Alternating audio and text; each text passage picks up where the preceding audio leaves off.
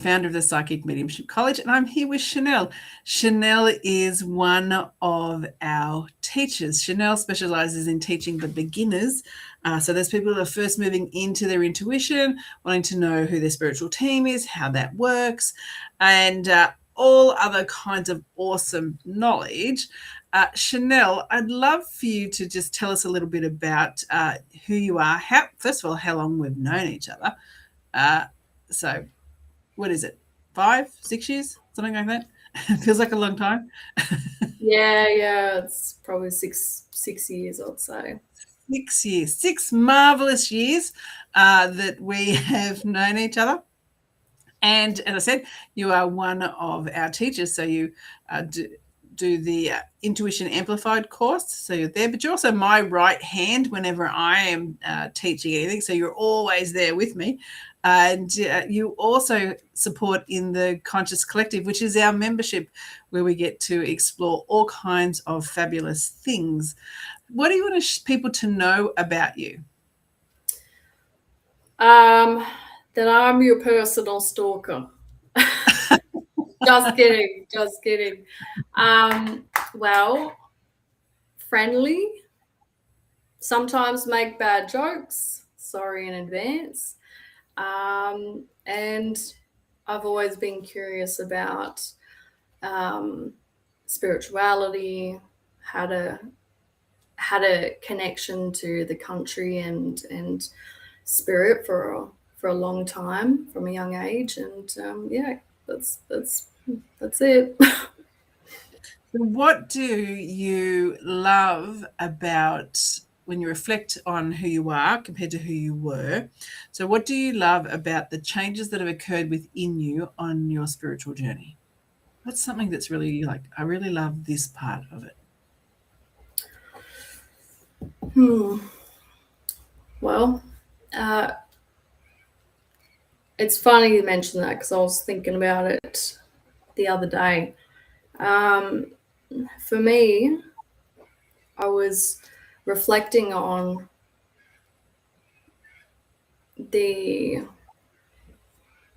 difference from my experience as a child to the journey now to become an adult, that whole process and what that looks like. And I realized that it's almost like when you're on a spiritual journey and you're on a healing journey, it's almost like you're discovering, or you're trying to find your way back to yourself, who you were when you were a child, like the things that you enjoyed, what makes you happy, how you are and how you used to be.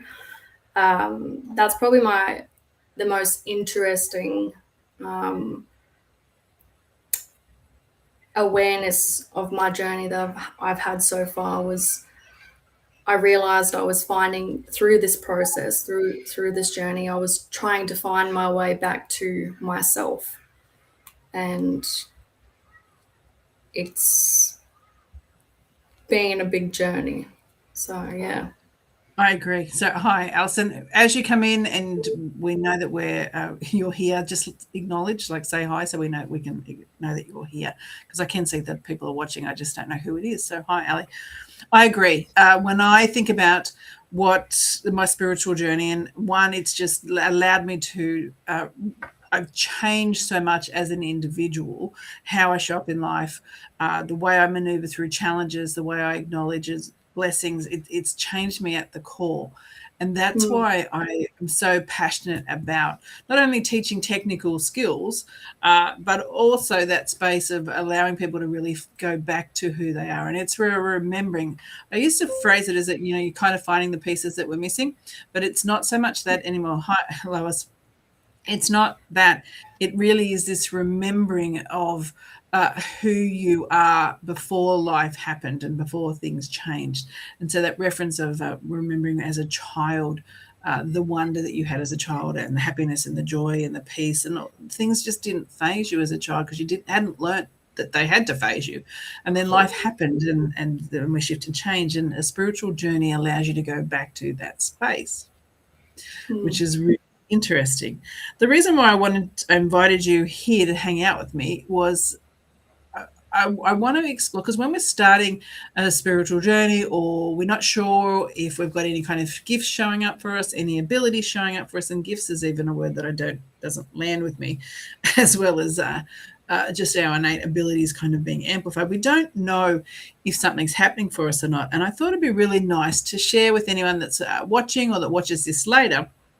Is there things to look for to know when your intuition, psychic abilities, or mediumship, like when that's showing up, what's actually happening? We call it psychic senses. Sometimes we know them as clairs. So if we clairvoyance, clairgusto, this type of thing. So we know them as clairs. But I wanted to kind of explore that with you, because when we're starting, we're experiencing things, but we don't know exactly what's happening, and we discredit some of our experiences because we're not sure if that's us or not. Are we making it up, all the things that happen for us? So I thought it'd be nice to learn from you, Chanel, when you were first starting, what sense was your strongest? What one did you have awareness of? Can I say my ego? Just kidding. I will say, for me, I'm just grabbing a book. I'll explain later. For me, it was seeing, so clairvoyance. That was my strongest sense. Now, it might help some people, if you're wondering if you can see or not, if you that's something that you can explore. It might help for some people if you refer to it as your imagination. So if you say to somebody, or if I said to you, imagine an apple from a green tree, and you can see it in your mind, that is what your spirit guides will use to communicate things with you. So, but for me, my strongest sense was seeing spirit. Seeing. And so to add to that, that's a great example that you've given, like, can I create this through what I call my imagination? If I can do this, then I'm able to expand my seeing. So it looks like that, eyes closed, close your eyes, do the process, is the way that I would encourage anyone that's kind of starting and wanting to develop their seeing is do that. But also seeing can present in other ways. So we have the internal vision, which is exactly like what you shared, but we also have what occurs with I call it our human eyes, so our external vision, where we will see things. So sometimes we might see shadows.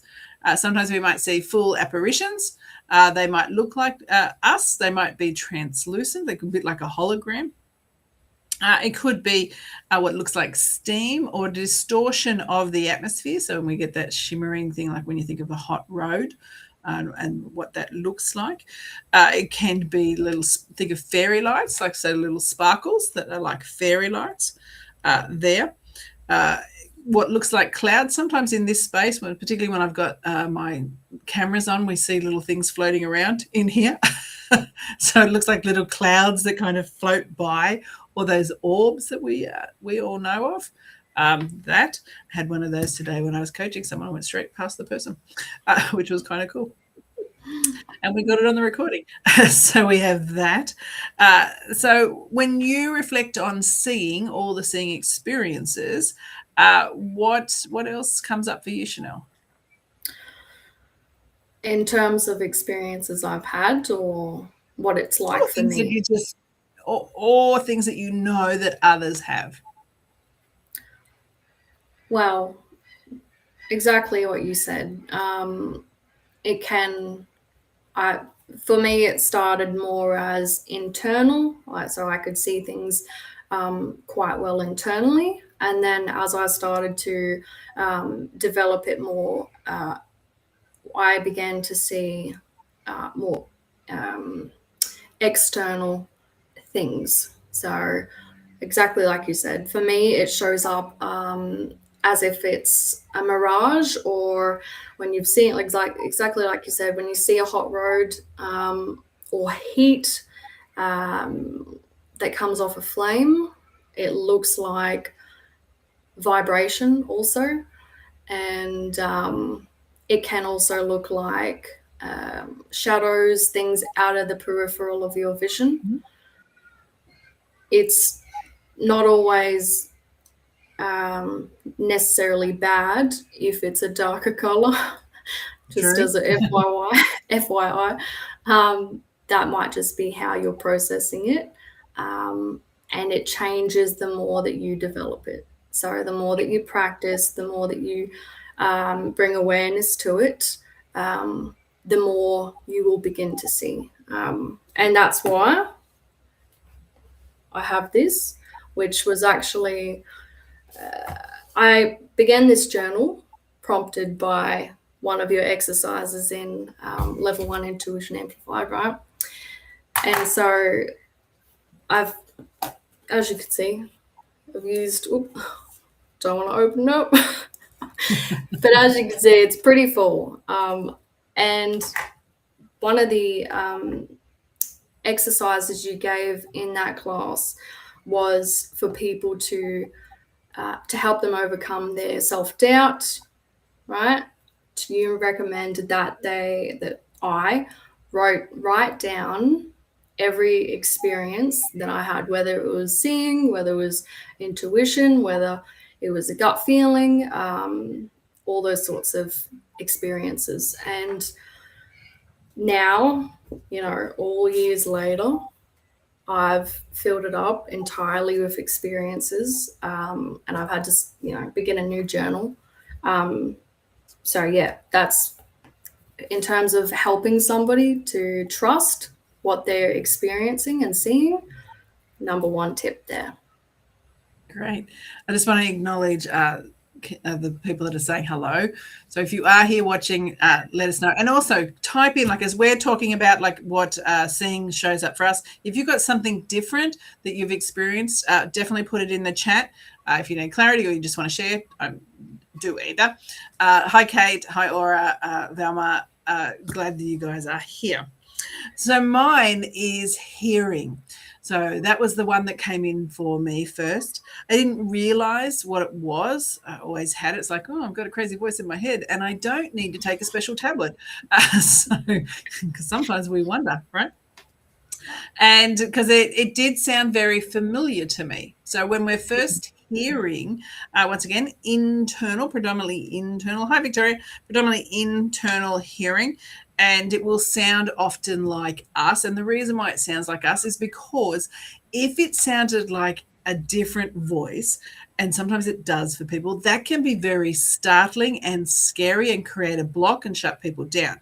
So it's a gradual process that your guide or even those in spirit will do as not to startle you. So it will start like your own voice, and then as you get more comfortable to hearing your guides and spirit, then it will shift and change, and then you'll hear different tones and you'll hear different genders and different pitches and all this type of thing. But there's a comfortability that needs to occur there simply because you can shut yourself down. So it will seem internal, but it can also be external. So the disembodied noises, so footsteps, spirits walking down halls, things like this, noises that you can't explain. So it sounds like it's the noise generated from the physical environment, but when you go and explore the physical environment, there's no reason why you heard a noise that sounded like a door or something banging, because nothing's moved. Someone's had your name called out. So sometimes you hear someone calling out your name. You're at home by yourself. No one's there to call out your name. You might hear whistling. You might hear singing. So they will communicate that way when they're trying to get some kind of message to you. The other thing that is also fits in that scope of auditory communication is when they will use other people's conversation. So people, if you're on public transport or at some kind of gathering where there's other people, could be a party, it could be a mall, where you're just overhearing conversation, and within that conversation it resonates for you. So they will use other people. They use songs also to communicate with us. So anything that fits in the auditory scope, they're able to communicate with you. Once again, things that are occurring on radio and so on, to be able to get your attention that way. When I say this to you, Chanel, as someone that was a seer, right, which, you know, I really sat with a whole group of seers when I was starting out, and I was the only one that could hear, and I was so jealous of people like you because I didn't have that experience. So for you as a seer, first of all, do you hear? And then secondly, what are your experiences? Are they different? Are they the same? Well, I will say this. Even though, you know, you might have been jealous of people who can see, right? You still got your eyes, so you can still technically see. So if you can't see, don't be disheartened. You can learn how to do it. The other type of thing. But for me, I didn't have hearing activated as a adult. I became aware later in life that I had experiences where I could hear when I was younger, but I only realized that as an adult. And I only realized it after I began my journey and started to learn how to develop it and all the other senses as well. For me, it really depends on who you're talking to as to what it can sound like and how it can come across. I know that I had to develop a confidence within myself that I wasn't cuckoo, that I wasn't crazy before they, let's say, turned this ability on or helped me turn it on. But for me, what I experience when I hear spirit or guides or other different things, it sounds like you said, it can sound like a conversation. It, depending on who you're talking to, and I mean angels, ascended masters, spirit guides, other beings, they all have a different way of communicating. So generally your guides, depending on their type of humor, they might communicate very calmly or softly or gently, depending on the type of person you are. If it's angels, they tend to be very direct and very strong, but they can also be loving and gentle as well if you need that. So if you don't need that, then they will be as direct as anything with you. Other beings can communicate very disjointedly. It may come across. They might give you they might speak very differently, almost as if they have come from a different land and this is their first time speaking English with you.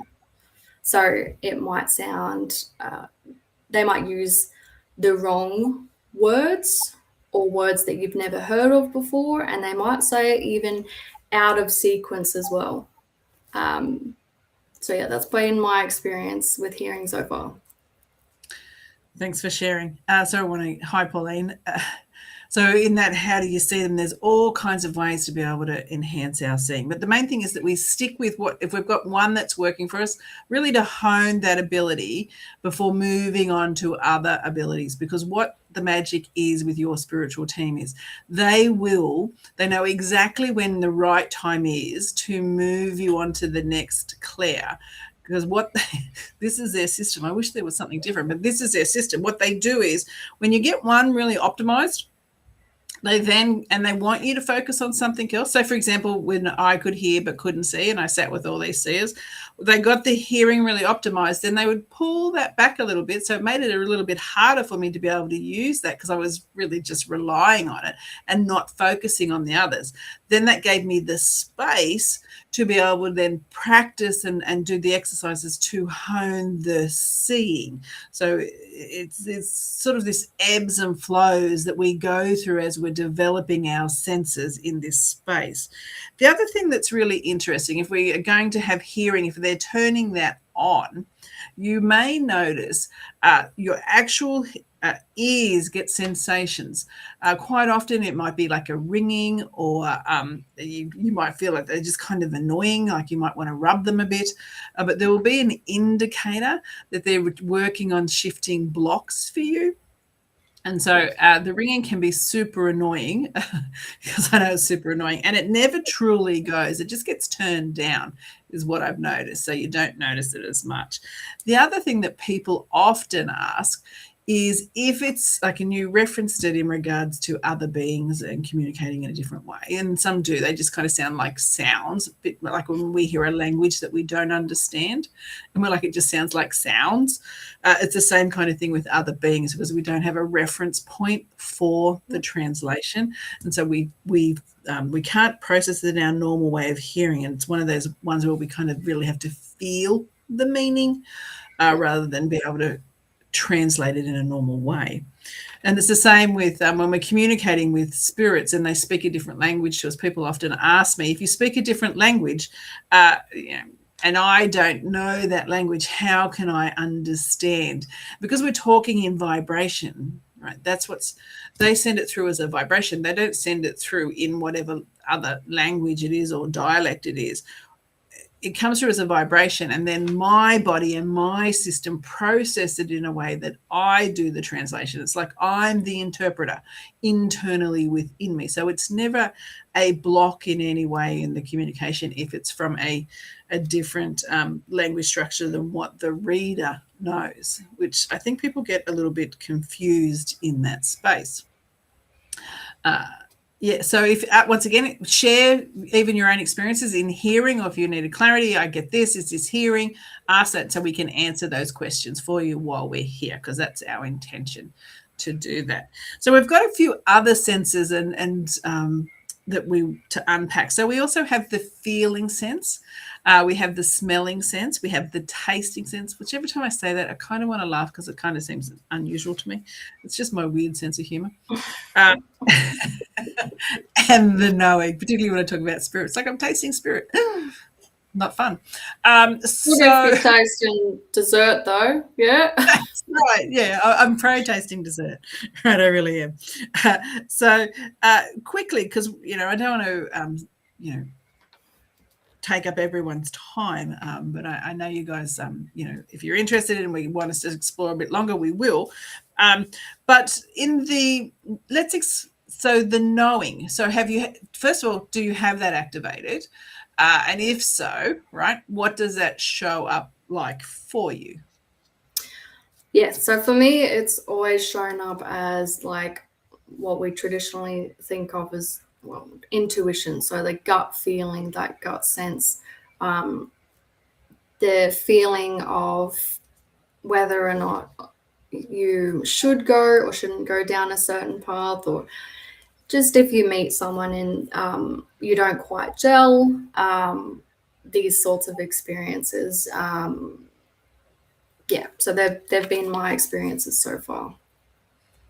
Yeah, and I find that people get confused between knowing and hearing. They're like, I don't hear, but quite often they are, but they're thinking it's a knowing. So in a knowing space for me, and it is really determining where I begin and end. So that's a challenge when we're learning as well, like where do I begin and end? What's me? What's my the senses kicking in? So with knowing, for me, it's very it's light bulby, right? So there's so much certainty behind the information that we get. So there's no way that anyone can convince you anything other than what you're experiencing in the knowing, no matter what it is, because it's so locked in, it's so certain. And it's a light bulb inspiration. It feels like that. Sometimes it feels like it plonks right in your head. Other times it feels like it really lands in your body, like it's just that knowing, like guts, like that's the thing, right? It's like that. So when we are considering, right, knowing and hearing, right? So pro tip, if anyone's interested, right, just in case we're wondering, right, in that it's like consider what your brain, right, the thoughts that you were having prior to the experience. If it's kind of I was thinking of something totally different or nothing at all, right? Because I just woke up, right? Or I was distracted with something else. And this just pops in like this. That is knowing. Or if it's like you hear words, like you start a conversation in your head just randomly, that is your spiritual team communicating to you. When it is you, it's very linear in the way the information comes through. It feels like it's a step or a process. When the thought or the conversation in your head feels like a process, I do this, then I do this, then I do this, that is you. But if it feels random, not you. Inspiration, not you. So all those people that think they're super creative, come up with all these bright ideas as soon as they wake up, taking credit for your team. Totally cool. They don't care. But that's what's happening. And so that clarity around that, because we do get confused between the differences. So feeling, it's one of my senses that I really enjoy. And it's something, and I like it because I'm a Scorpio, so like to get in the depths of everything, right? That's who I am, right? I like to get in the depths there. And that allows me to do that. So with the feeling for me, my body is a tool. So it definitely is. My body senses people's aches and pains when I walk past them. Could be a stranger. Just walking past them, and all of a sudden I get an ache and pain in my body. I know what aches and pains I've got. Lucky I don't have many. So then if I feel something, I know that's not mine. It's the same with the emotions. If I'm like traveling, like really light and hairy and having a great time, and all of a sudden I get annoyed, right? And there's no logical reason for me to be annoyed. Once again, there is a check-in regards to, is there a logical reason? So in that space, then I'm like, okay, who did I just pass? First of all, like, am I picking up someone else's emotions? Once again, am I intercepting someone's emotions that are potentially being sent my way? Because sometimes it's projected at me there. So I have to have a baseline on who I am and how I'm traveling to be able to determine what's mine and what's not. But it will be physical aches and pains and emotional shifts is our feeling space. We go into a space, and I don't know if anyone's done this, and if you have, put it in the chat, where you go into a space and you're like, oh, this just feels right? Might feel a little bit weird. That's a technical reference in case we wondered, right? That it just feels off. You don't know why, but you're picking up on the vibrations that have been dumped in that space there. Or you walk up to someone, you meet them, hi, what's your name? My name's Mary. And you're like, oh, poor Mary said nothing, but all of a sudden I know that she's not my people. Right? And this is that intercepting of the vibration of either the person or the space and going, okay, I know that something's going on here. And as we learn to develop this, we can then determine what that vibration means. So when I explain that to you, Chanel, and I say that to you, what comes up for you in regards to your experiences in the feeling space? And are you a feeler? Now, I'm not going to lie, not always a feeler, but getting better at it. And for me, it was exactly as you said. And when you first start, so if you've shut yourself off to these senses, it can be difficult to recognize them, first of all, and also difficult to tell the difference between them. That's where you just practice and get more and more practice. But for the feeling sense, it can be exactly like you said, where you come across someone and you feel something in your body, or you go around you meet, if you've met someone, or you go and see your friend and they just, all of a sudden you just feel, it's like you're feeling whatever they feel. You could be feeling really sad. You could leave the interaction and feel either really happy, you can feel drained, all sorts of things. For me, I notice it a lot with empathy, and you have to just be really mindful that if you're a feeler, you can get drained quite easily. So make sure, and I see we have a question in there about projection and protection, just making sure that you're very conscious of boundaries. And if, I would say if you're not as familiar with energetic protection, I would always suggest calling on your spirit guides, because even if you don't know, where it's coming from or why, they do, and they can offer some sort of protection there. So those have been my experiences with feeling. Thanks for sharing. And you will notice that we've used words that you would resonate with: feeling, seeing, hearing, knowing, tasting, smelling, rather than clairvoyance. And there's a conscious reason why we do that. Because if we use the industry words, clairvoyance, it creates a block. First of all, you have to remember what's the difference between clairvoyance and clairgusto. You need to know what they mean. So there's a delay in working that out. Then what happens is, because your brain, whether you're aware of it or not, there will be a whole lot of filters that create blocks based on how you were raised and the people's beliefs that raised you in regards to this space. And that they might have told you that your imaginary friends weren't real. What you're seeing, so telling you basically what you're seeing is not correct. And so that is a filter. And so when you are processing something, that will actually make it harder for you to be able to process whether you see, hear, feel, based on the belief systems that have been put on you. And so we remove all that and talk in the language that our brain is used to hearing. Your brain is used to being told it sees things. Your brain is used to experiencing smell and knowing that that is what you do. So this is why we use this language, to help eliminate these basic blocks, is what we do. So the reason why we use that language at the college is for that reason, because we understand the neurology and the psychology that impacts reading, the depth of the whole toolbox that we use. We understand how the nervous system impacts the translation of different vibrations that we are processing as well, no matter which one it is, see, hear, feel, know, there.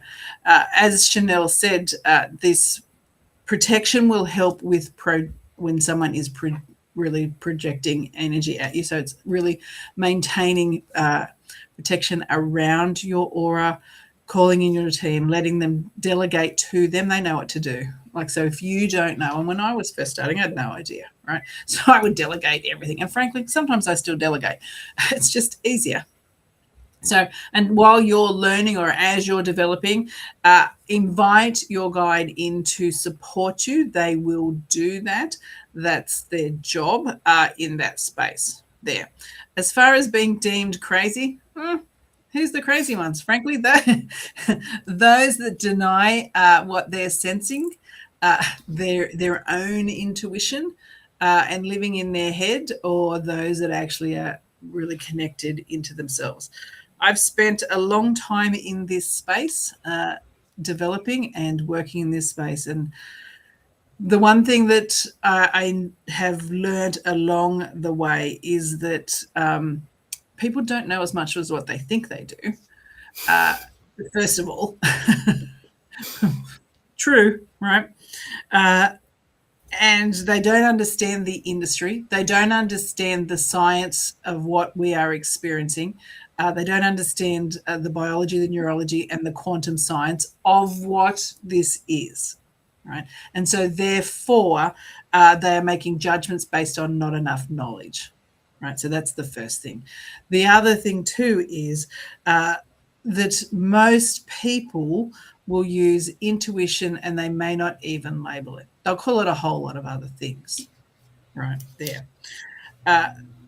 But the most powerful thing that I have learned in my journey is that I actually do not care one bit what someone else thinks about anything.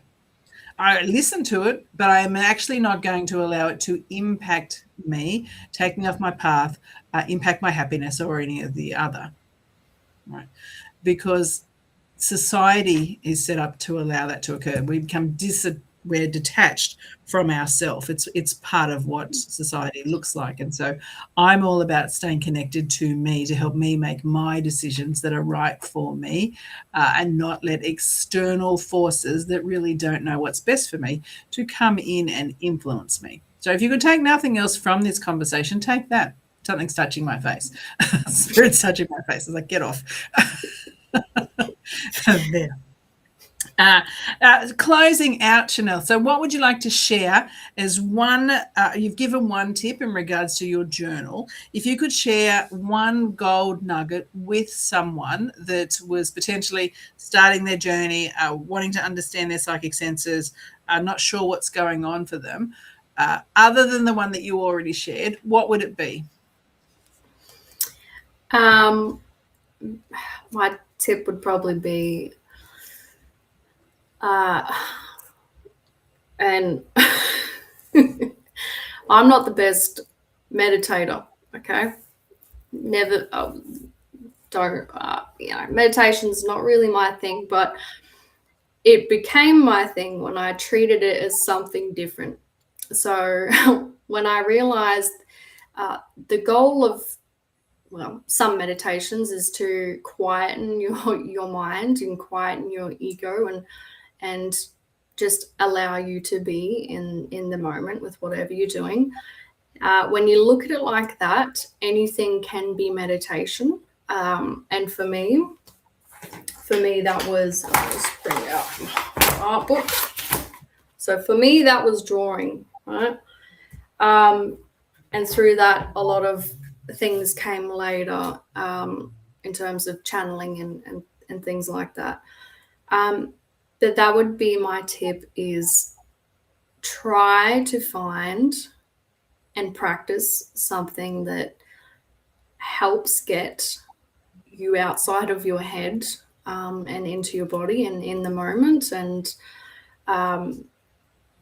meditation doesn't have to be hard. It doesn't have to be guided meditations, because sometimes, you can come across guided meditations and you'll be thinking of a beach and they've said, imagine a forest, right? So, whatever that is, even walking out in nature, some people find peace that way, to find that stillness every day, if you can. And that will really help you to understand the difference between what is you and what is your energy compared to what else is out there, and all these things and thoughts and beliefs that you have adopted that were probably from not very healed people.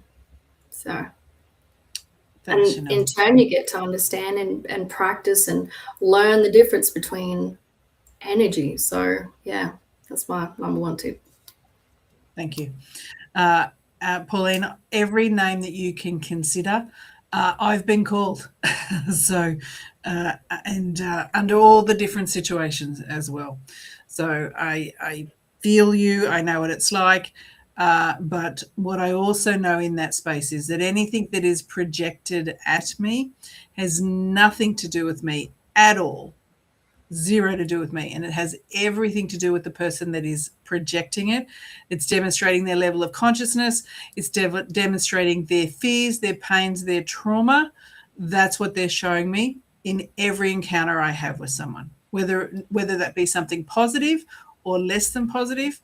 That's what people are showing you when they are projecting anything, because every engagement that you have with someone is transference, and there are a lot of them that have projection in it as well. So that's what's happening in that space. Thanks for sharing those tips. And it leads on in regards to what I would say. If someone said to me, what's one thing, Bronwyn, that I can do to be able to help me in this space? the first thing that I would say is create a moment where you have silence, where you actually have no distractions at all, and you can just connect into yourself. Sit in silence, eyes closed, every day, 5 minutes if you can manage it, and see what comes up for you. Right?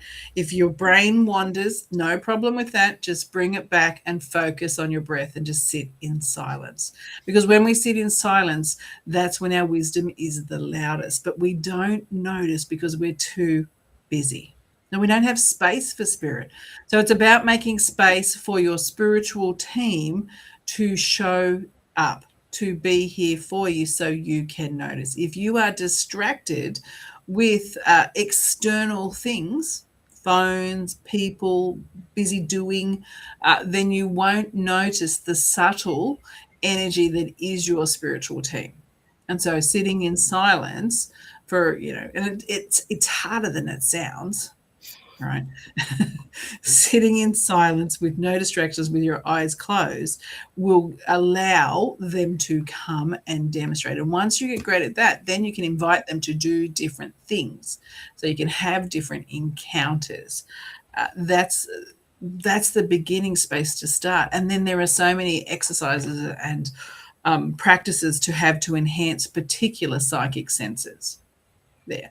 But as they say, this is a journey. It's not a sprint. We don't go, oh, we're on a sprint through life. Right? It kind of feels like it, but we're not. We're on a journey, and frustrating as that may be, it is what it is, and the journey is the important part, not the destination.